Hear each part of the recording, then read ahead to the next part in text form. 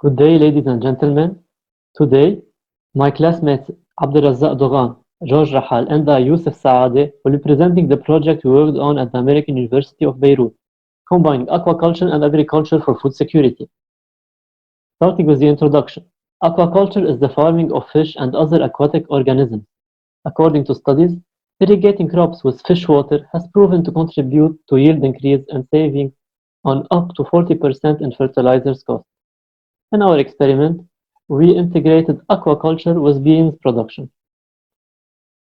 Coming to the impact of the project, we aim to support households in rural communities, to empower women, to increase water productivity, to recycle food waste and fish feed, and hence help establish food security in our arid regions. This is the field map, and it will be discussed further later in the presentation. We mainly had three research objectives. One, to study the effect of excessive nitrogen content of fish water on the insect infestation of plant. Secondly, to study the effect of excessive nitrogen content of fish water on the bean growth and development. And finally, to try to find a way to create green, sustainable, and self-sufficient communities. Coming to the material and methods, we first had to establish the fish pond, where we had to grow the red Nile tilapia that can be grown perfectly in stagnant water.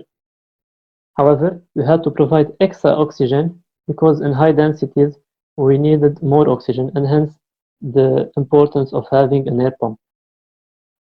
Then we had to construct the irrigation system from scratch. And because our project was fully automated, we were able to integrate fertilization with irrigation through fertigation by directly injecting fertilizers in the irrigation system. Now, we had to measure the plant's height to know what part was growing best, and we had to scout for pests to know if the excess of nitrogen has a specific effect on higher or lower insect densities. Then, post-harvest, we also had to take the weight of the pods and the beans to know if the excess of nitrogen had a significant impact on the harvest. Now we will see a short video that will be highlighting key factors in our experiment, and then George will carry on with the results and discussion. The aquaculture group. First, let me introduce my group. Abdul, Doughan, Youssef Saadeh, and I am George Rahal. Bridget is the graduate assistant in this project. So this project is under the supervision of Dr. Haidar, Dr. Saoud, and Dr. Abu Dhabi. We are working on the effect of fish water on the beans. So this land is divided into several parts. Youssef will talk about this, how the land is divided.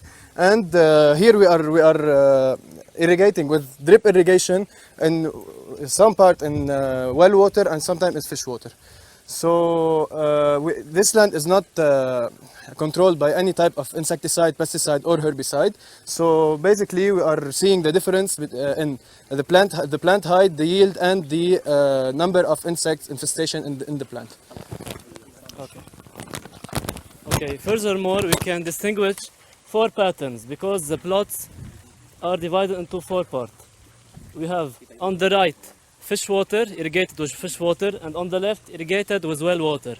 Also, on the lower part of the plots, we didn't fertilize, and towards the door we fertilized.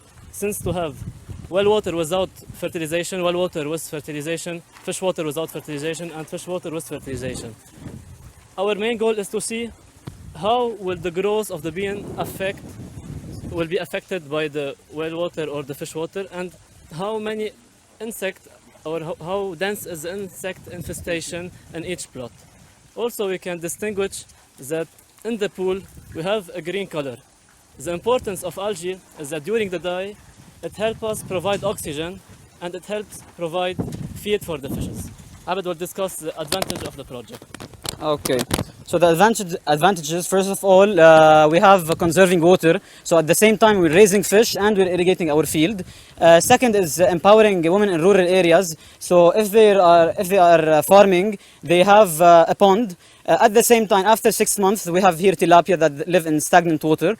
After 6 months, they sell their tilapia, and at the same time, they are irrigating their field with fish water. Now, how to control the fish here? We have tilapia, around 1,100 fish in this pond. So to control the fish, you should control its environment. That is the water and the feed. And we're testing for ammonia, pH, nitrites, hardness of the water, or alkalinity, and the O2 percentage. Thank you, Youssef. Now we'll be moving to the result and discussion part of our project. First, we'll be seeing the post-harvest result of the beans. As you can see in the picture above, the post-harvest results are divided into 4 groups for each plot. We compared the harvest based on 4 factors: the pod number, the pod weight, the beans number, and the beans weight. The well water fertilized had the highest average pod and beans number. However, the well water not fertilized had the heaviest pod.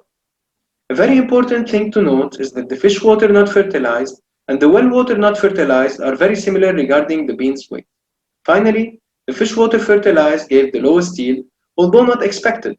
We assumed that the excess of nitrogen damaged the nitrogen fixators in the soil and supposed the nitrogen toxicity in our plant and in the plot, although the plants were not showing any phytotoxicity. The second parameter that we compared is the average beans height by plot. The plot irrigated with well water and fertilized ended on average with the highest plants. On the other hand, the plot irrigated with fish water and fertilized ended in the second highest plants, followed by the well water not fertilized, and the plot irrigated with fish water and not fertilized ended with the shortest plant. As we already know, marigolds were planted in the greenhouse to attract insects and for scouting and insect identification purposes. Here is the graph showing the number of pests in the 10 marigolds planted in the greenhouse. The next 5 graphs will provide the type and number of insects scouted in each plot. We encountered spider mites and thrips, a large number and large population, followed by the invasion of whiteflies, aphids, and leafhoppers. To note that the greenhouse was never controlled by any type of insecticide, pesticides, or herbicides. The highest infestation were by thrips and spider mites on the well water fertilized plot. The highest infestation of leafhopper were on the fish water not fertilized plot. On the other hand, the highest infestation of whiteflies were on the fish water not fertilized and the well water fertilized. The aphid infestation was distributed among all the plots and all the plants. An important thing to note is that the insects were not attracted to the plot with the highest nitrogen content, which is the fish water fertilized plot, and that spider mites were settled in the well water fertilized plot. Our result may be affected by some on-field errors, like the availability of spider mites and thrips initially on the weeds that were present in the greenhouse before the start of the experiment. Another parameter that may have affected our results is that the plants were always on the grounds and were not attached to rows, which led to the wetness of the leaves for a period of time after irrigation, which attract insects. And finally, the plants irrigated with well water fertilized were the highest and the biggest plant, which may attract more insects because the plots were not separated and were open to each other.